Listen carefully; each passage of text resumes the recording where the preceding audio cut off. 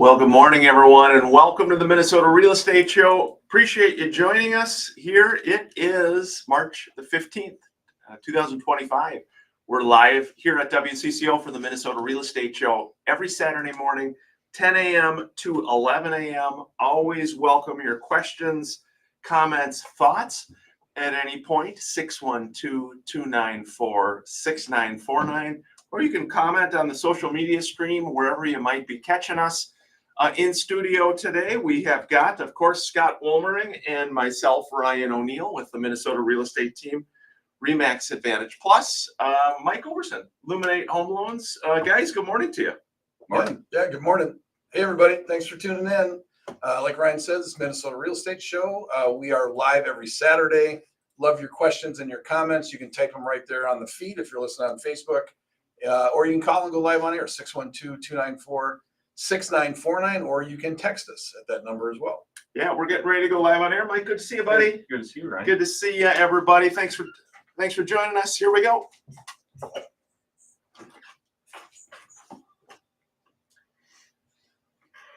Good morning, everyone, and welcome to the Minnesota Real Estate Show.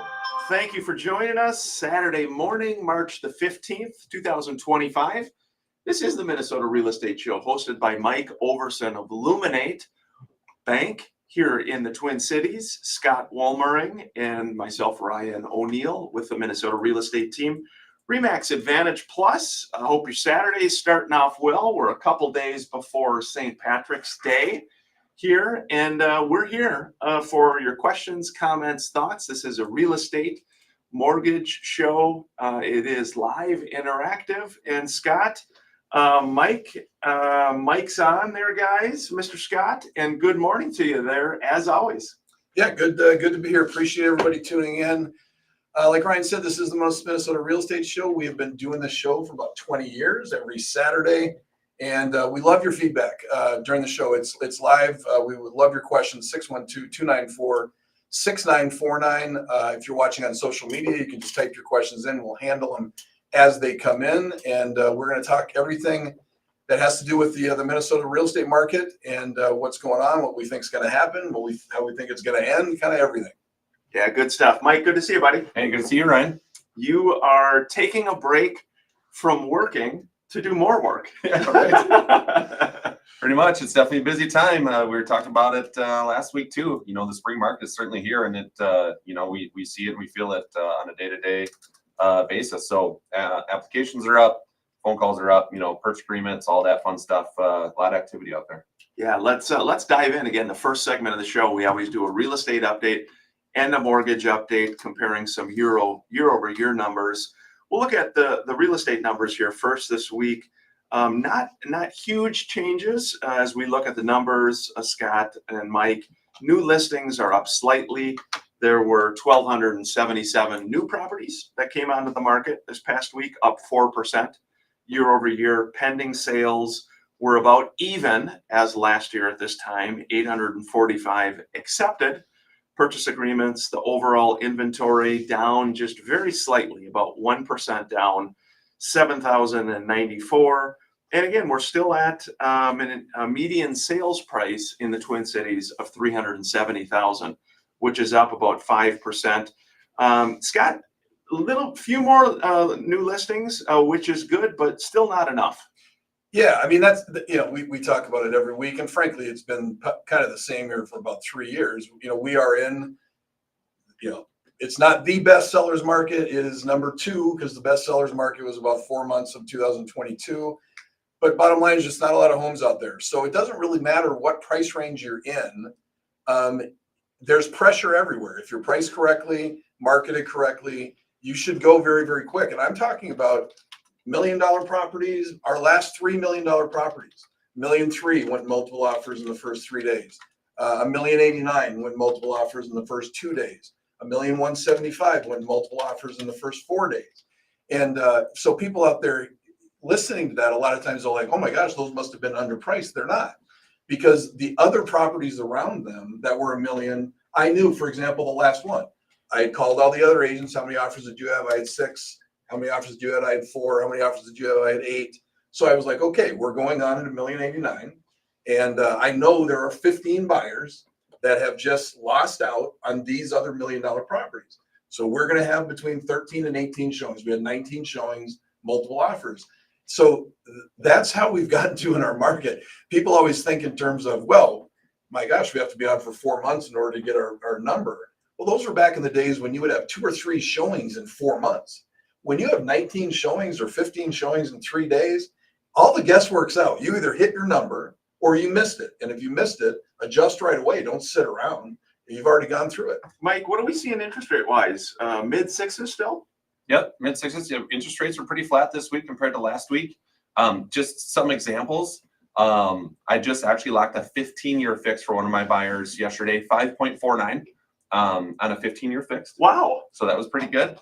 Otherwise, a lot of the 30-year fix that I'm seeing, got a VA, locked at 5.99. Had a couple of conventionals at 6.375 and 6.5. So and most of these are with a point, but they're rates are hanging in there, and there's actually a lot of talks of people expecting rates to come down in June and maybe July. Do we hit 5s for a 30-year fixed? We'll see. Seems like we've been saying that for a while. The rates are going to come down. The rates are going to come down. And they've just kind of been hanging where they are. But it is interesting. We're seeing again, there's definitely activity. I can see it with the team, with the Minnesota real estate team. More sales, more activity, accepted purchase agreements, more talk in some cases of multiple offers, and how to get an offer accepted, or tips or strategies or that type of thing. So the spring market's here. We felt it yesterday. What was it, 70? God, it was so nice. Oh my gosh. Yeah, just get your blood pumping. And then, we're going to get dumped on. We're going to get snow. Well, So you just get all this joy, and all of a sudden you're like, oh, we do live. well, in your snow. your old neck of the woods is supposed to get like 8 to 12 inches of snow later Bemidji, today. Yeah. I'm sure they get Up that. north? Yeah, Bemidji, they get that in July. Bemidji down to Marshall, Minnesota, if you know where that is, there's a line there that's supposed to get like 8 to 12 inches in that swath, and it's like, from 70s one day to 12 inches of snow the next. That's Minnesota. Makes you appreciate it more, maybe. See? You know what I mean? Yeah. Well, yes, from the O'Neill perspective, absolutely. It gives you a chance to reflect. It gives you a chance to feel good. Yeah, it makes you appreciate it a little bit more. Hey, this is a live show. We are interactive, and you can interrupt us at any point by phone or text message, 612-294-6949, 612-294-6949. Comes right into the studio here, and we always welcome your questions, comments, thoughts. Before we hit the first break, Scott and I were talking. We do actually have a number of nice listings we wanted to touch on this week. The first one, Laura Marquardt, a great agent on the team. Actually, she's got a condo right downtown here, not too far from where we're at. 215 10th Avenue South, number 320. It's listed for $675. It's the Bridgewater Lofts. 2 beds, 2 baths. It's a condo with a versatile den. Just steps to Gold Medal Park here, and it's got a ton of great amenities. A pool overlooking the city and US Bank Stadium, fitness center, climate-controlled wine locker. Wow. 2 parking stalls, and it's almost 1,800 finished square feet. With that full storage locker located on the same floor as the unit. Again, it's Bridgewater Lofts. It's in downtown East, which is a coveted spot and a great place to start life in the downtown Minneapolis area. Be sure to check that out, 215 10th Avenue South, number 320. They're actually doing an open house here right after the show from 11 to 1. This is the Minnesota Real Estate Show. Downtown, it'd be fun. Actually, I'd like living downtown. You did, Scott. I did it for I can't remember if I did it for 1 year or 2 years. Right after I got divorced, I went to a high rise downtown, right on the river, looking over the stadium. Because I thought, wait, I'm 50-some years old. I'm single. It'll be fun. Everything I do is south. So it wasn't your jam? For the majority of my business is still south. My office is still south. My kids were south. And so I as fun as it sounded on paper for me, it wasn't my gig. Now I've had a ton of clients that absolutely love it. They go from the suburbs, they go live the downtown lifestyle, and they really enjoy it. It just wasn't my deal. Yeah, Mike, could you do it, bud? No. No? Yeah, no, you're definitely not. No. Unless they can put a lake somewhere in Minneapolis, I could maybe put a That condo you can right on the actually lake fish on, that I yes. can actually fish on and stuff.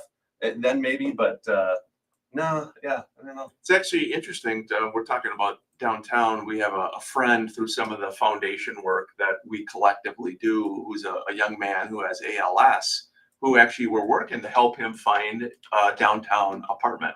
He's now living in a duplex. Obviously, mobility wise, it's Tough. super tough.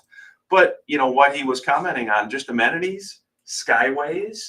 Obviously, you know, he's in a wheelchair, so for him to be able to get around, but I don't know. You think about that downtown because they've got grocery stores now.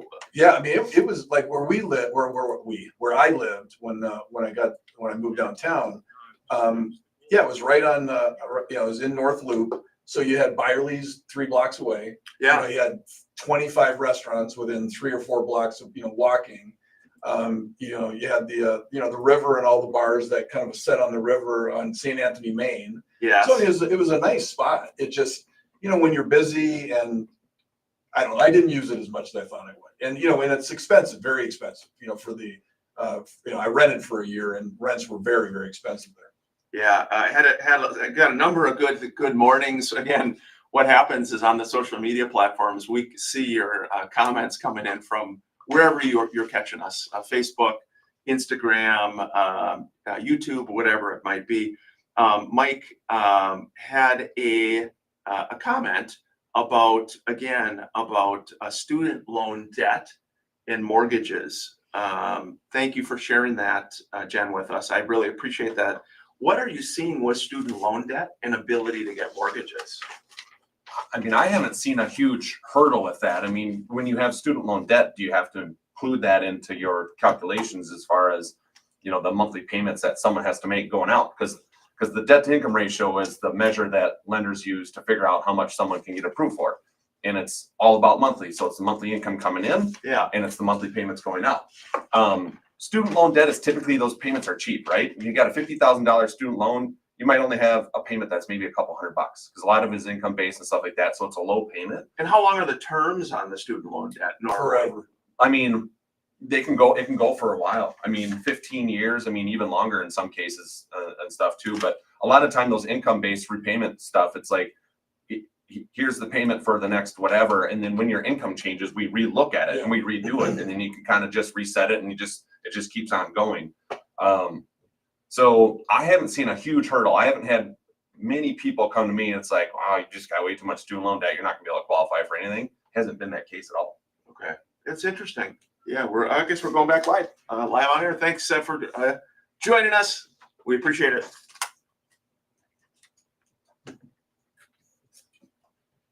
Hey, welcome back to the Minnesota Real Estate Show. Hope your weekend's going well. We got 2 days before St. Patrick's Day. I was talking to my good friend, Mr. Ryan, here before the show. Ryan, you gotta comment. Last night, you had a pint of what? Guinness, of course, and you know, I have one a year, and then I always remember why I only have one a year. But so yes, it went down just fine. Hey, tell us what you recently celebrated something important with your family. I celebrated. I celebrated the passing of my father, his life. I celebrated his life, yes, and we went out to Fort Snelling, and we had a beer, had a cigarette, which were 2 of his favorite things. But it was a joyous celebration. You know, it's nothing sad. You know, of course we miss him, but you have fun. You have fun. Remember the man he was and the legacy he left. What I liked what Ryan said is what kind of cigarette and what kind of beer? Marlboro Reds. That was my dad. Really?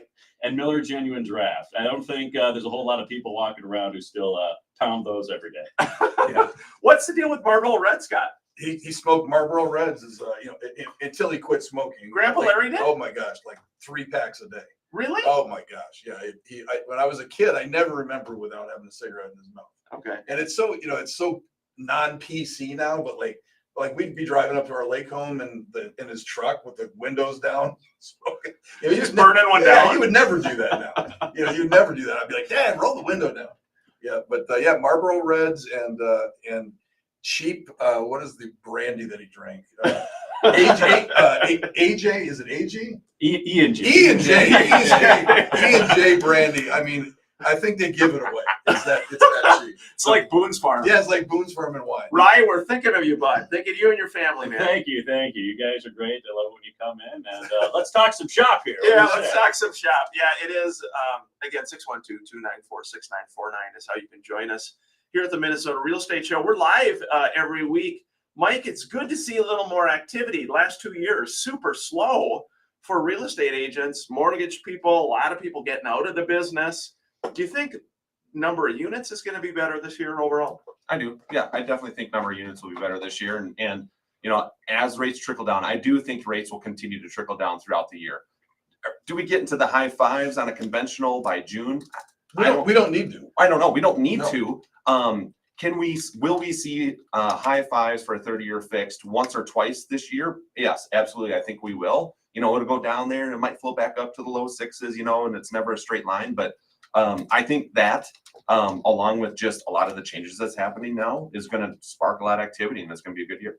Yeah, one question I was going to ask you, Mike, I've got my thoughts on it, but we're at 6.75% for lack of a better, I know it's at 6.5 today, but right between 6.5% and 7%.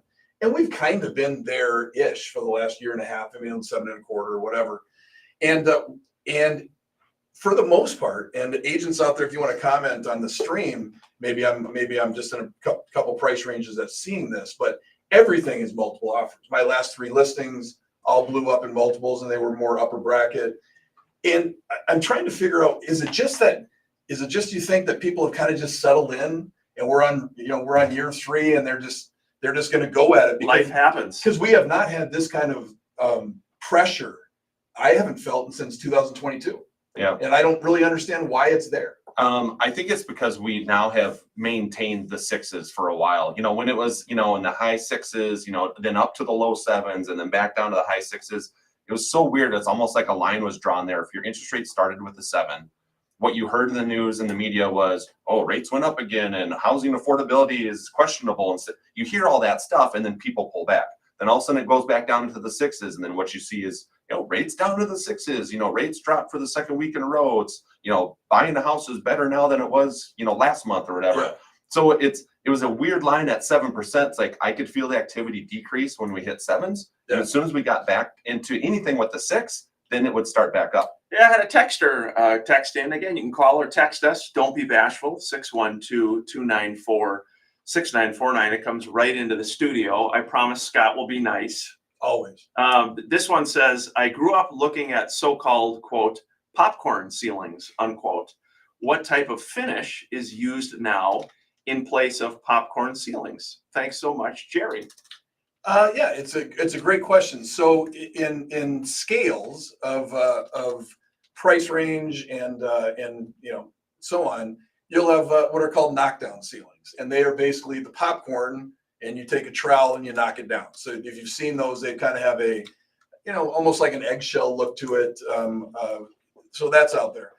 The most appealing, if you've got the right builder and they do it correctly, are flat ceilings, where it's just flat. There's no finish on it whatsoever. And the reason I say good builder, if you're going to get cracks in your ceilings, cracks in your sheetrock work, there's a skill to putting in a very good flat ceiling. But it's by far the best look, and especially as you move up in price range, if it's not flat, it better be something ornate. You won't really see knockdowns over, $800,000.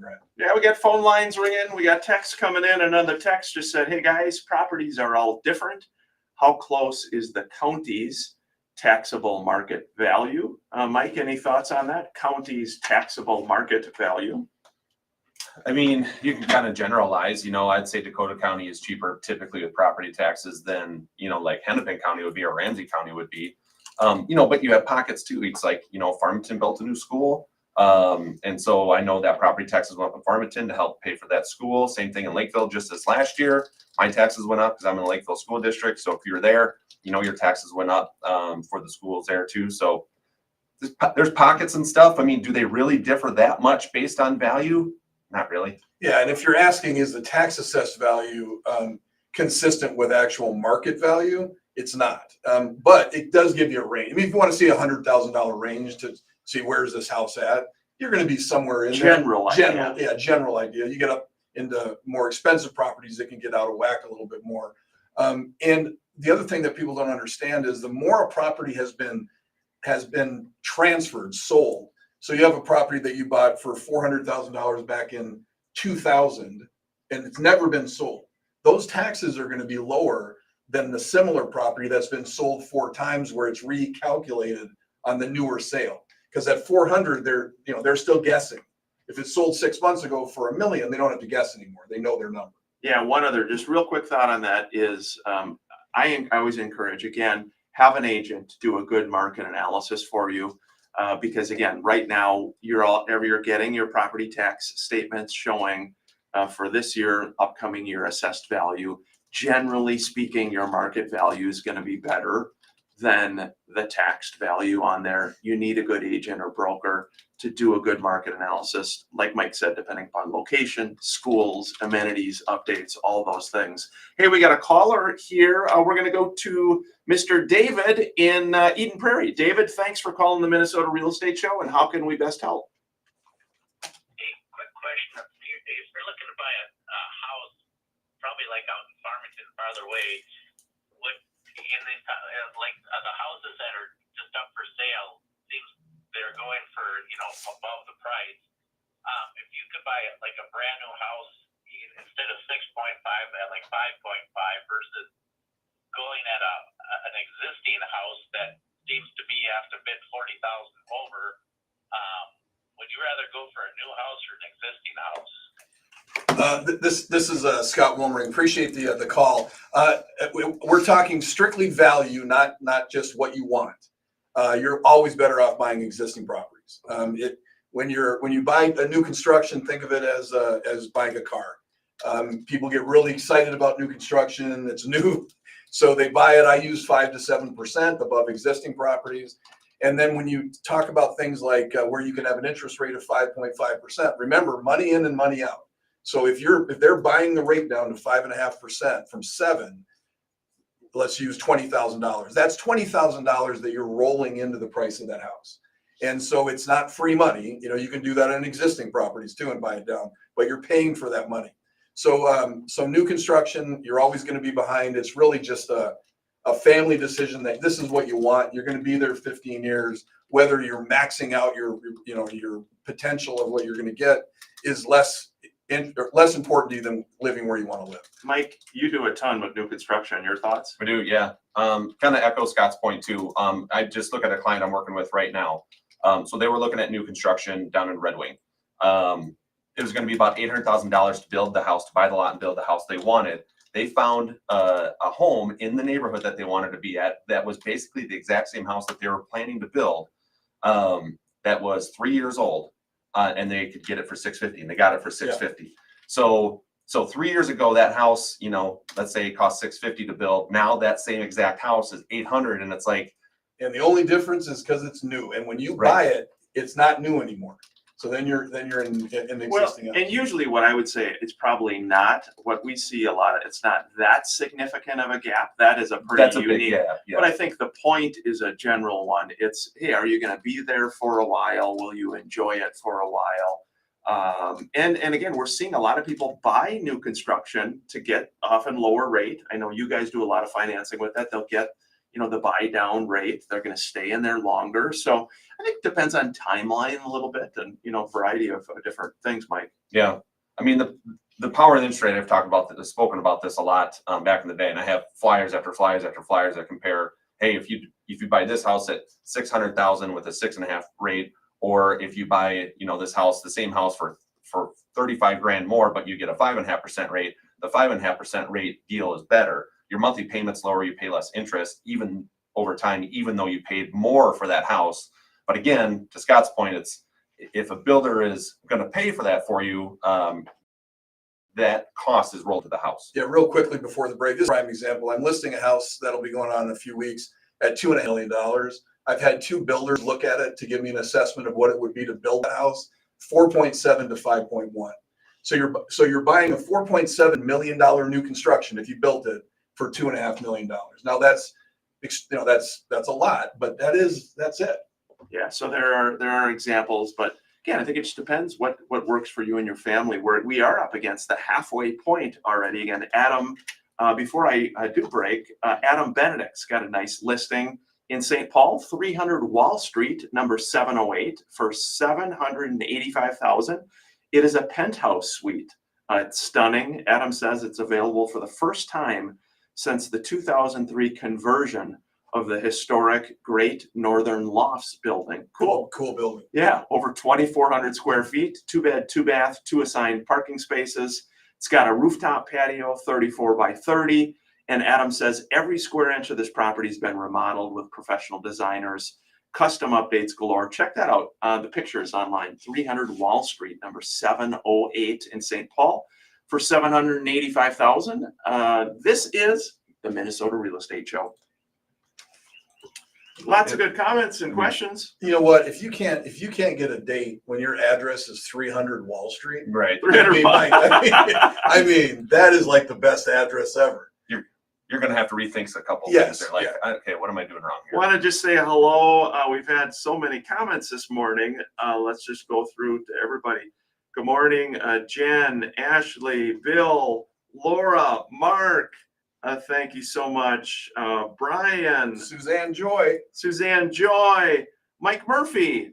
Great comment, says interest rates. Buyers are in the acceptance phase, moving forward with life, including a new home. I'd say that's a very good description. That's exactly kind of what you feel, I think. Yeah. Brian Del Terzo, good morning to you as well. Yeah, it is interesting because I think people are seeing that. But I think the caller's question was a good one because nobody wants to pay 40 more than the price. And so I think his point was that doesn't feel real good, you know? It doesn't, but I'll give you a really good example of that because I've said this forever. Would you rather buy a house in this market that has been sitting for 60 days, listed for 500 grand, it's been sitting for 60 days, and you can buy it for 475? Or would you rather buy a house that was on at 500,000 where there's 10 offers on it and you had to buy it for 540? The 540 house. Because in this market, if that house is sitting at 500 grand, it's overpriced. There's an issue with the property that people aren't over to look. It should be gone zillions of times. And so that's always the question that you're asking yourself. My daughter Jordan just bought a lot. I was on for 300, bought it for 336,000, decided not to build on it. We just sold it for 402,000. She bought it 5 months ago. So you would think, well, my God, she paid $36,000 more. That wasn't a good deal. Well, it was because it was a sought after lot.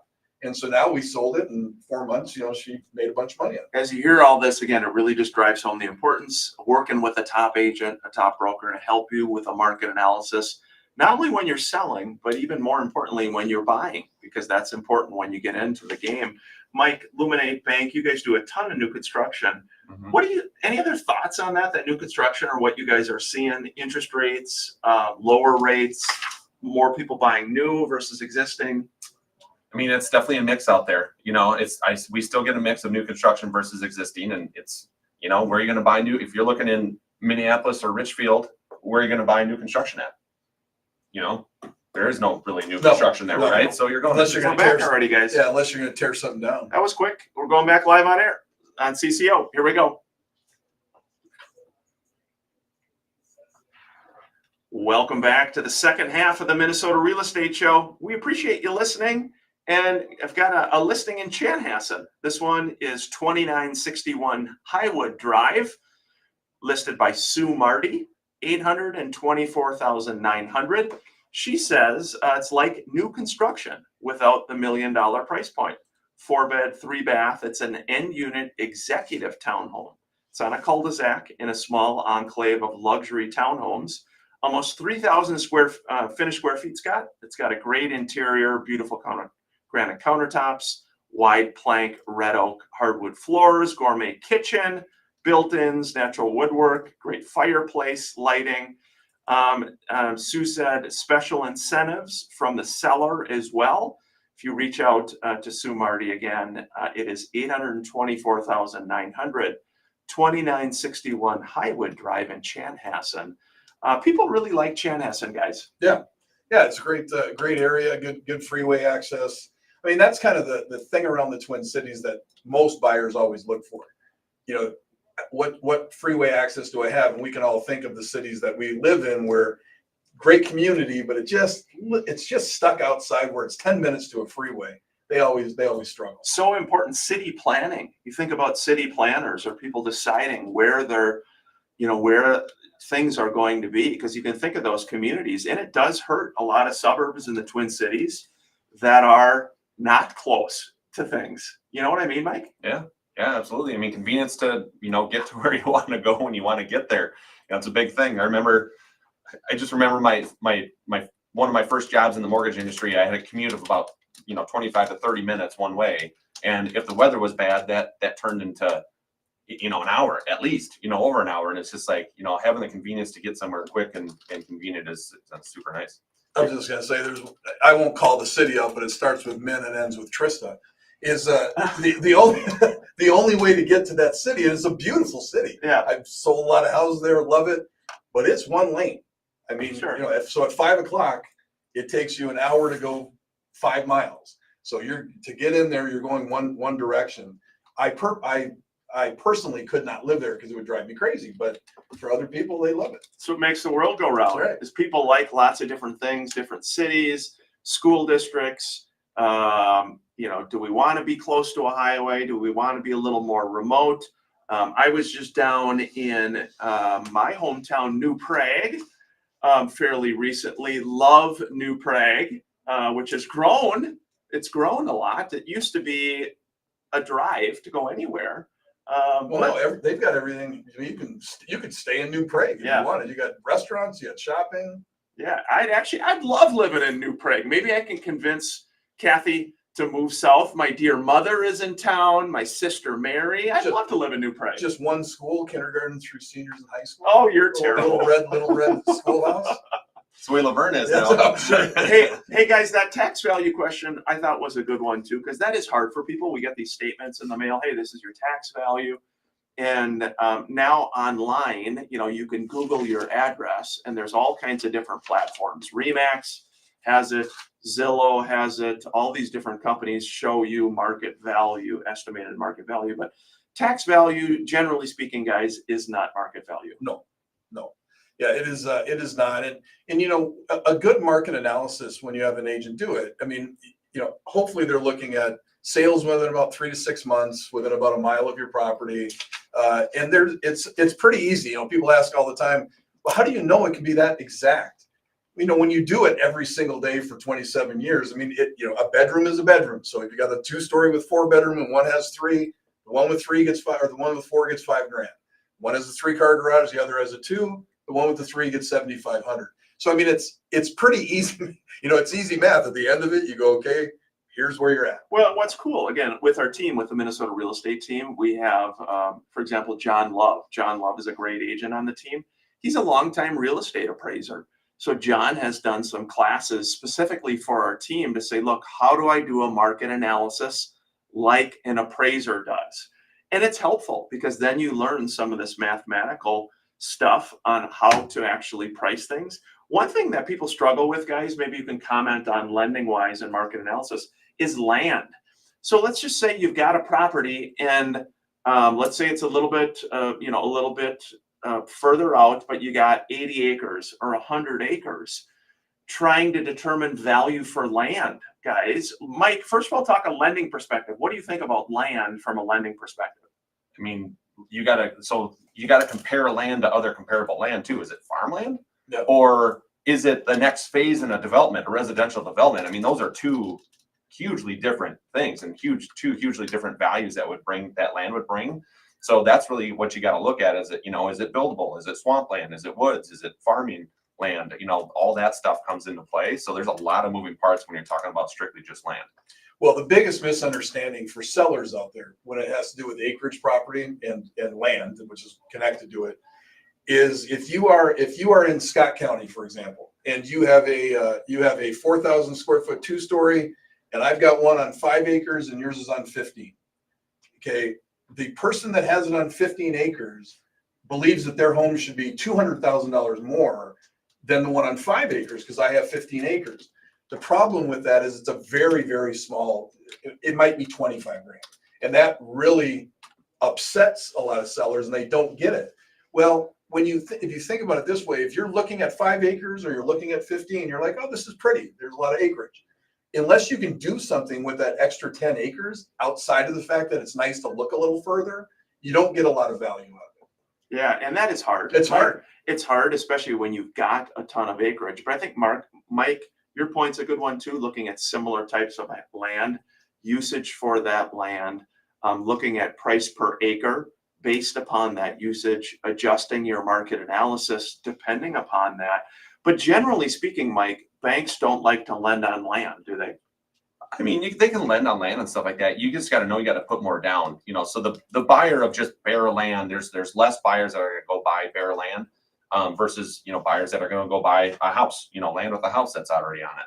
So typically in land loans, you're putting at least 25% down, maybe 35%, depending on what the plans are with the land and what type of land it is.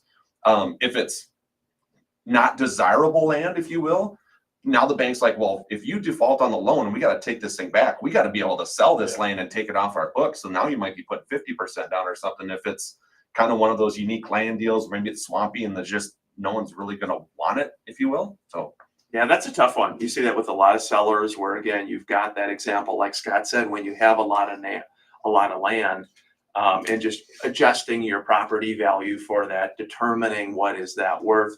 And interestingly, I've seen some people like, in our family, we had my dad was from Baldwin, Wisconsin, and Dad had some land through the family after he had passed that it was like a tree farm over there.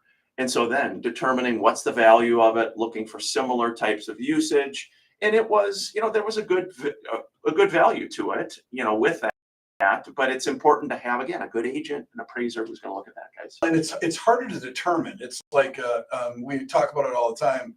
Until a market filters, the reason that you get top dollar for a house in the first 2-3 days is because the market hasn't had a chance to filter. People haven't had a chance to realize, is this really value or is this really value?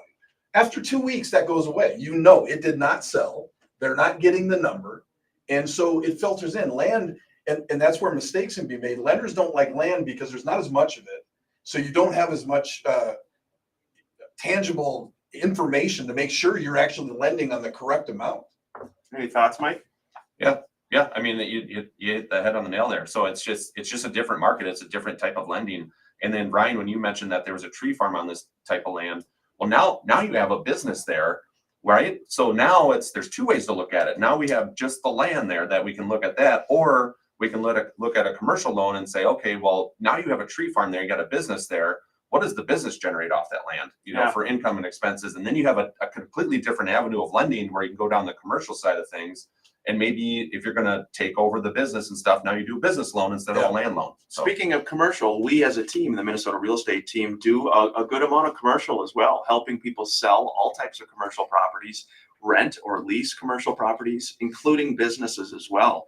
We've got some really good agents on the team that help clients in that respect. Hey, before the break, I did want to touch on, we've got a duplex. Not a lot of duplexes listed for sale. This one's in Minneapolis, 3604 East 56th Street. Ashley Hineker, great agent on the team, has this one listed, Scott. It's $549. The potential is for an owner-occupant to purchase this because the other unit is rented. The sellers are actually relocating, so quick close is possible.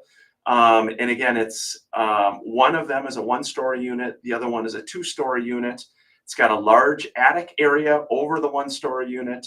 It's currently being used as a gaming entertainment space, lots of extra storage room, sunlight galore. There's a great corner lot, and it's got large south-facing windows. So you can get lots of sunlight in the duplex, ton of great updates, stainless steel appliances, new washer and dryer, all new remodeled kitchen and living room in one of the units. Just a ton of updates galore. There's lots of extra storage space as well. And it is, as we were talking earlier, close access to public transportation, shops, restaurants, minutes from the Mall of America. Be sure to check that out. 3604 East 56th Street. It's a duplex in Minneapolis. A nice opportunity for an owner-occupant to live there and rent out the other property. This is the Minnesota Real Estate Show. Not a lot of duplexes for sale, guys. No, Just just think about that. Yeah, just sold my my daughter one, and it was the only one. It was in Hopkins. It was the only one within, I think, 2 years. Oh, wow. Yeah, that was in Hopkins. Yeah, there's not a lot of them. If you go and look south of the river, so you just pull Dakota County. Yeah. I think the last duplex sale was like 5 or 6 years ago. I mean, they just don't even exist. I mean, they're gold mines in my Yeah. perspective. Yeah. Duplexes are great. Yeah, they're great properties to own. Financing is easy on them. There are a lot of financing options. Treat them almost like a single unit. So you get the lower down payments, you get the lower interest So rates. you get all that FHA, stuff. you get an FHA. Or you can do conventional now with just 5% down too. Wanted to give a little shout out last week after the show. Mike and I were talking. Pine Financial is a local hard money lender, and there was an investor seminar last weekend. They probably had 150 people there at looking at investing. One other thing that we as a team do, we actually work helping people fix and flip as well. So there is potential with that. Obviously, you got to find the property. So in the kind of short little presentation I did last week, we talked about how a good agent or broker can help you find a property that you could fix and flip. But Mike, you guys, lending wise, the bank, you do a ton with that. Well, so I've worked with 3 people here in the last 2 weeks that are looking at doing fix and flips now. And to be honest with you, the easy way to finance that, the easiest way is most people have a ton of equity in their houses, right? And so these particular people Now, is that nice to hear? Now they have I mean- enough. Now they have enough equity. What we do is we just put a home equity line of credit on their house, right? So that gives them the freedom and the ability to just pull from that line of credit. Let's go buy the property. Okay, I'm already qualified. I don't need to submit paperwork or anything. This line of credit is open. I can pull money. I can go buy the place. Okay. Right? Now I can pull money and I can do the fix ups. And then I go sell it, right? Go pay off my line of credit, pay everything off, and now I got profits sticking What in my kind of pocket. value will you do? If your house is worth 400, how much can you So go on up to? a HELOC, you can go up to 90%. So you can go to 360,000. 360,000 combined with your first mortgage balance, right? Okay. So let's say you only owed 100 grand maybe on your house. It's when you paid it down, it's worth 400. So 360 is the max loan amount you can get, combined loan amount, and so you minus the 100 out that you owe. So now you can get a line of credit for 260, 260.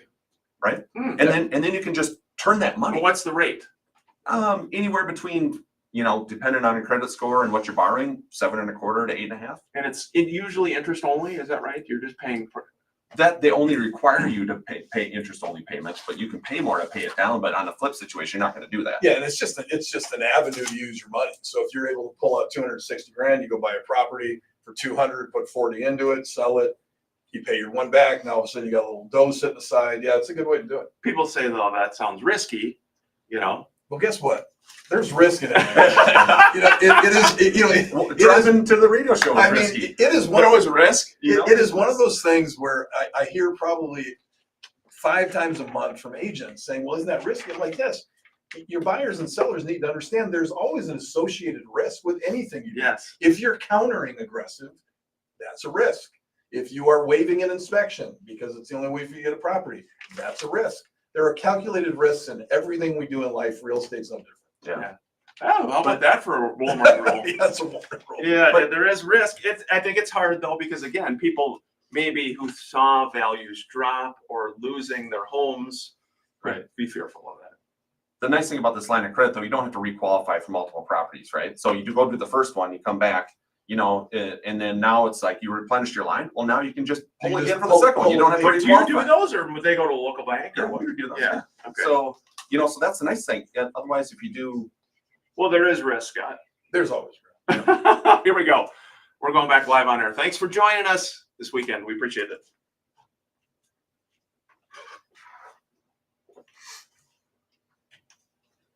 Hey, welcome back to the final segment. Got a couple of the listings to touch on. Miss Jen Tischlitter, a great agent on the Minnesota real estate team, Remax Advantage Plus. Scott one here, 279, Scott, for this condo. 150 East Travelers Trail, unit number 407 for 279. It's a top floor condo, has views of the skyline, 10-foot ceilings, ton of amenities, lots of natural light, ample storage, and a guest suite available for out-of-town guests. Check that out, 150 East Travelers Trail, unit 407. And then Mike. Is that Burnsville? Yeah. That is Burnsville. Mr. Mike Catterlick has got one in Montgomery, 407 5th Street Northeast in Montgomery, $249,900 for this property. It's a 4-bed, 2-bath, almost 1,600 finished square feet. There's a 3-car garage, insulated, Mike said, just waiting for the heater, but plumbed for it. It's got a 125-year-old charm in a good way. Woodwork, hardwood floors, convenient to downtown Montgomery, close but not too close. A great price point for the area, large corner lot. That's pretty cool. 407 5th Street Northeast, $249,900 for that price point, guys. Yeah, Montgomery. Montgomery's another nice little town. Yeah, it is a little bit south of New Prague, but a good spot, a really good spot. A lot of listings this week, a lot of activity. Again, if you're listening to the show, we help people buy homes, sell homes, invest in real estate. Again, recently had someone come in, Scott, that was relocating. That was a radio listener working with a relocation company. So if you're not working with an agent, we're always happy to help. If you are working with an agent, great. Continue working with them.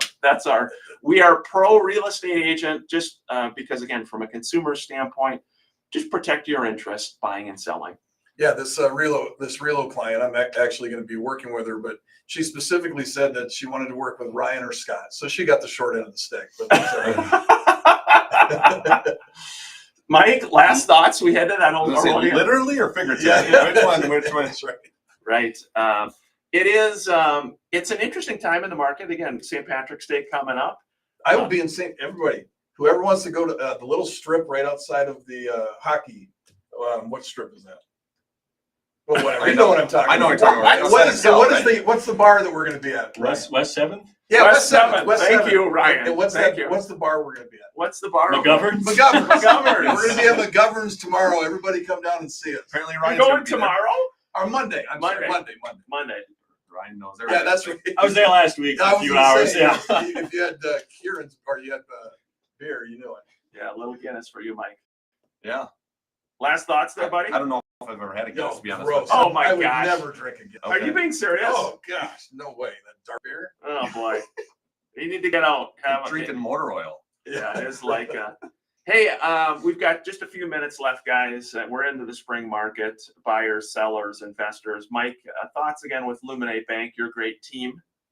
Yeah, I echo what I said last week. I get the question: is it a good time to buy? Typically, how I interpret that is, hey, I'm in a 12-month lease, or my lease is coming up. Do I sign another 12-month lease, or do I buy a house? It's still way better to buy now than 12 months from now. You're going to pay more for that exact same house that you're going to buy 12 months from now versus today. You can always refinance to lower interest rates. So if the time is right for you, if you qualify, you can afford the payment, absolutely buying is the way to go. Yeah, I'd like to say congratulations to one of our sellers. It hasn't closed yet, so I won't say that. But we're talking about multiple offers. Yeah. And this home was priced accordingly so that we could have a quick sale. And they ended up with $130,000 over in 27 offers, $130,000 over. And the reason that I bring it up is the reason that pricing is so important is the other offers. There was only a couple that were close to that number. Everything else was way, way less. So the reason that the number of offers you get is important is there's always going to be some that step out. And that's what you want as a listing agent. Your job is to push it to multiples, and you're trying to find someone that you can get to step out on the high side for your seller. And that worked out for these guys. Very nice. Hey, guys, great show again. Luminate Bank. They are local, great people. Mike, we appreciate you and your team there, bud. Yeah. Always happy to help the customers and the radio show listeners. And obviously, we love working with the Minnesota real estate team too. Great job. Scott, nice work, buddy. Yep, you too. Yeah, thanks to Ryan again for coming in. A good man indeed. We appreciate him. Hey, again, the Bob and Kathy O'Neill House of Hope is opening here within the next 30 to 60 days. Check out o'neillhope.org if you know anyone who could use a little assistance. Thanks for listening to the Minnesota Real Estate Show. Take care, everybody. Bye-bye. Great job, guys. Yeah, very nice. Hey, appreciate you all joining us wherever. We had a lot of people listening today from, we share it with a variety of Facebook groups, 8 to 10 different Facebook groups. Goes to YouTube, Instagram, I don't know where. MySpace. Whatever happened to MySpace? It's not even around, is it? Yeah, you've been on there a lot. MySpace? Yeah. So it's your handle? Your handle? What's your handle on MySpace? Yeah, isn't that weird? 'Cause normally it's the first one that comes out that dominates, and MySpace was the first. That was basically Facebook before Facebook, and, Right. and they're gone. Yeah, whatever happened. Hey, enjoy the weekend. Happy St. Patrick's Day to you all. Happy St. Patrick's Day, guys. You too, Ryan. It's Monday. I know, Monday. Monday. Happy